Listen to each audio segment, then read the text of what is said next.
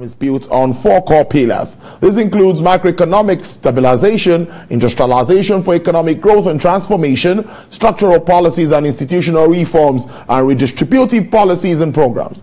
The program assumes a gradual annual growth of GDP from 2.3% to 4.4% during 2019 to 2024, and a 6% per annum that's during 2025 to 2030. Worthy of note is that about 86.9 million Nigerians are living below the national poverty line, with Nigeria carrying the unenviable title of poverty capital of the world, as this begs the question on FG's willingness and capacity to implement this plan effectively and efficiently. Chief Executive Officer of CFG Advisory Limited, Mr. Tilewa Adebajo, now joins us live to look at what this means, what it means for Nigerians. Thank you very much for your time, Mr. Adebajo. It's good to see you. Good afternoon. Yes, I went through this document, or the summary of the document, and a lot of it's a beautiful document, well, as usual. But I said, let me ask you, it looks very ambitious. But is this really achievable with what we have on ground? Yes, it is achievable. I think it's a very well put together document. If you take a look at the people that put together these documents, one of the best minds in the country today sat down. They understand the issues that are facing Nigeria. They identified the problems. And then they proposed solutions, which you've talked about it, the 4 key pillars: macroeconomic stability, industrialization, structural reforms, and redistribution of wealth. Clearly, if you take a look at an inflation that has just come out of recession and is in stagflation, and it has challenges with growth, the growth of the economy is below the rate of the population growth. These policies have identified what needs to be done. And I think what is also novel is the fact that it's not only a poverty reduction strategy, but it's also a growth strategy. And it also talks at the end of the day about setting up a private equity fund to be able to intervene within certain sectors of the economy. So I think for me that is quite novel, and it's welcome. It's a welcome change. Clear roadmap for growth if we can adopt it and we have the political will to implement it. Yes, let's stay with the macroeconomic stabilization. That's talking about policies to improve our capacity to economy to absorb shocks. We've seen what happened with COVID-19 and all that we've done. We see inflation on the high side, also projecting that growth will be around 2.3% to 4.4%. And the third wave of COVID is also here, particularly the Delta variant. Do you think there won't be reprojections with all of these issues, contending issues?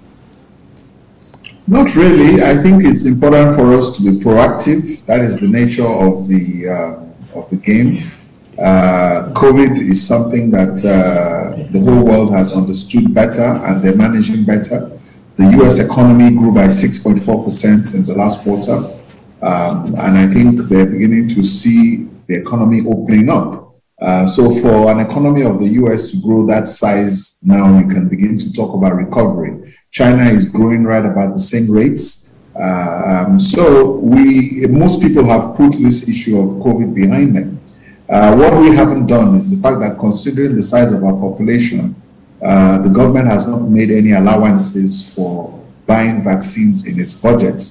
We are depending right now on aid from the United States and also from the COVAX project, and I think it's important that we need to double up on the vaccination side to be able to prevent the spread on the Delta variant side. I think that's very important, but we already have very good COVID protocols in place. The enlightenment has been very good. People have been told what to do, how to do it, and there's still quite a lot of restrictions on mass gathering. And I think with this intervention coming up, we need to begin to enforce that and begin to ban more of the mass gathering. So we already know those protocols. It's not new. What is important is that this government only has less than 2 years left. So the programs that this government gave us, first of all, was the they gave us this plan, the ERGP, during the first recession. Now, that plan promised 7% growth, but that plan clearly has failed.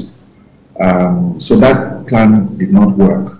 Now, last year, we came up with a National Economic Sustainability Plan.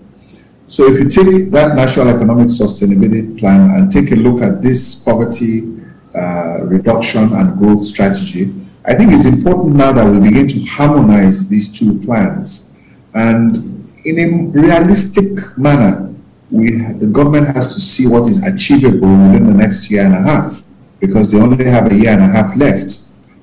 So in terms of key projects that they're doing, the second Niger Bridge, the rail projects, the massive road rehabilitations going on around the country, whichever power plants they're planning to build, it's important that these projects are completed so that you can leave a legacy, because in the next year and a half, this government is not going to be able to grow the economy higher than the rate of population growth.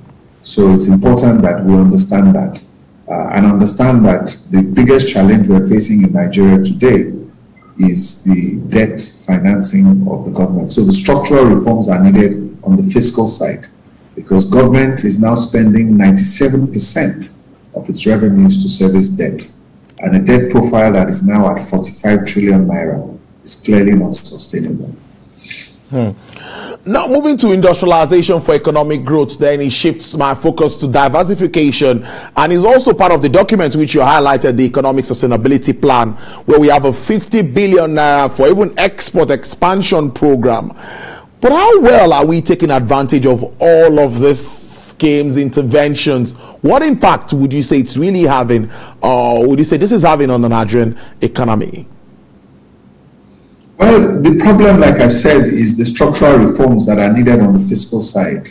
Government is weighing down economic growth in the sense that when government is spending 97% of its revenues to service debt, there's not much left.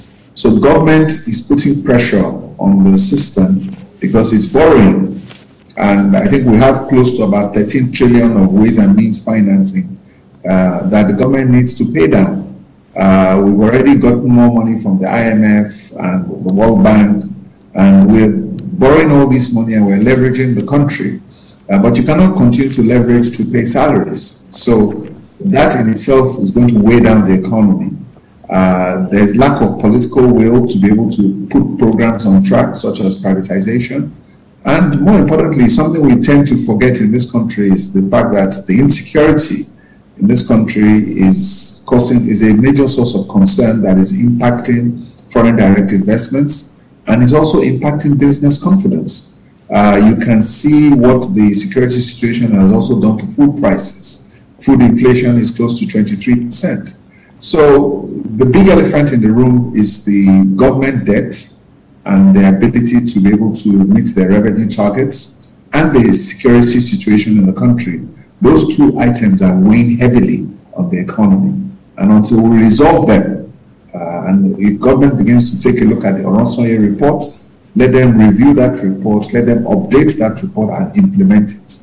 It's very important because, you know, we cannot sustain this going forward. And you can see that the report itself has highlighted all these issues and has already preferred solutions and a roadmap for implementation. When we talk about beautiful programs or documents like this, funding is also key. Now, the program is supposed to run for a 10-year period, and $1.61 trillion, that's an estimate of $1.161 billion annually. Now, government cannot fund this alone. So that means the private sector must also play a role in helping actualize this. How do we put all of this report side by side? Well, first of all, like I said, a 10-year project is very ambitious because you can't implement it. You have to focus on the next year and a half, the next 18 months. That's really what you have control over. And you need to set build a foundation for sustainable economic growth going forward.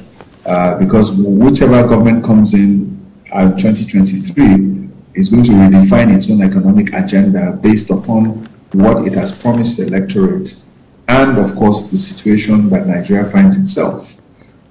So that is something that we need to understand very quickly.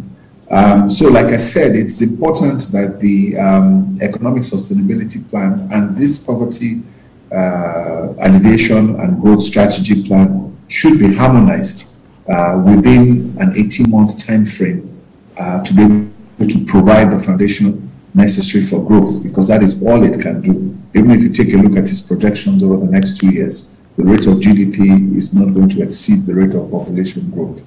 So that is the challenge. So indeed, that is what needs to be done. And as I've said earlier, it's important to focus also on the key infrastructure projects that this government can use to at least leave a legacy for the 8 years that they have been in the realms of the economic management. But like I said, with government's fiscal situation not done, monetary policy has reached its limits. So security situation and the fiscal side is what needs to be addressed urgently. When we also talk about structural changes or structural policies or expected of government or from the fiscal side, we've seen this move by the NNPC one way or the other to be a little transparent, publishing annual audited reports that has not been done in 43 years. We also see the move to pass the petroleum industry bill by government. We've seen the latest one by the CBN trying to address the forex side too. That's for the monetary side. We've also seen the finance bill every year with our budget. Do you think that all of this can also help change the ball game for Nigeria? Well, like I said, those are laudable. Those are all laudable things that have been done, but we also need to implement. And I think it's important, like you said, the NNPC has not only published statements, but it's also giving warnings. You know, it's giving you warnings ahead of time that it's not going to be able to meet its revenue targets because of the subsidies. So that is the key structural reforms that needs to take place. We need to remove these subsidies so that government can have money to run government. You know, because if you can't continue to borrow to pay your salaries, you need to be able to get rid of these subsidies so that you have income to be able to run a government and not just borrow. So laudable things that you've mentioned, and you know, if you want to take a look at the lack of the petroleum industry bill over the years in Nigeria, I mean, the statistics are clear. If you take a look at it, in 1977, we were producing 2.5 million barrels of oil. That's when we hit that high. Since then, we have not been able to pump out more than 2 million barrels a day. So you know how many years ago that is. You can do the math. So that shows you the lack of investments in the oil and exploration sector. So these are the challenges that we face, and the statistics and the data are supporting all this. Unemployment at the youth level is close to 60%. And you know, so obviously there are a lot of social issues, drug abuse as a result of all these policies. So we need to address and employ our youths. I mean, a government agency puts out an advert for like 3,000 jobs. They got 6 million applicants. So you can begin to understand the challenges that we're being faced on the unemployment side. So a lot needs to be done to focus the economy on the right track. And as far as the private sector is concerned, the private sector is not going to invest if the business confidence is low. If there's insecurity, if there's uncertainty, if there's no consistency in policy formulation, if there's lack of political will, the private sector will not come. And you can see the numbers. Our foreign direct investment numbers have gone from about 10 billion to under 1 billion. So in the last 6 years, we've not been able to attract $2 billion worth of foreign direct investment. At a high, we were doing close to $10 billion a year. So these are the challenges that we face, and we really need to address them urgently. All right, before I let you go, almost finally, now, I'd like you to take us through or let us understand the Nigerian Investment Growth Fund, which is where they tend to want to put up funds to actually address or achieve this objective. I also know we have Infraco somewhere to also address infrastructure issues, where we're also trying to put money together. What do you make of both that's talking about Nigerian investment funds and Infraco? What impacts will they have the economy in the long run? Like I said, these are very noble projects, which, as we've said, these are things you need to do. You are building the foundation for growth. This is only what you can do in the next year and a half. Infraco is for infrastructure. This fund from the poverty alleviation is to get into growth sectors to be able to stimulate growth. So these are very good intervention projects. And of course, the central bank also has done significant amount of work on the intervention side, putting close to 1.5 trillion naira into agriculture, which is a shame because, they've put in about 1.5 trillion into agriculture, but unfortunately, food inflation is still about 23%. But these are building blocks.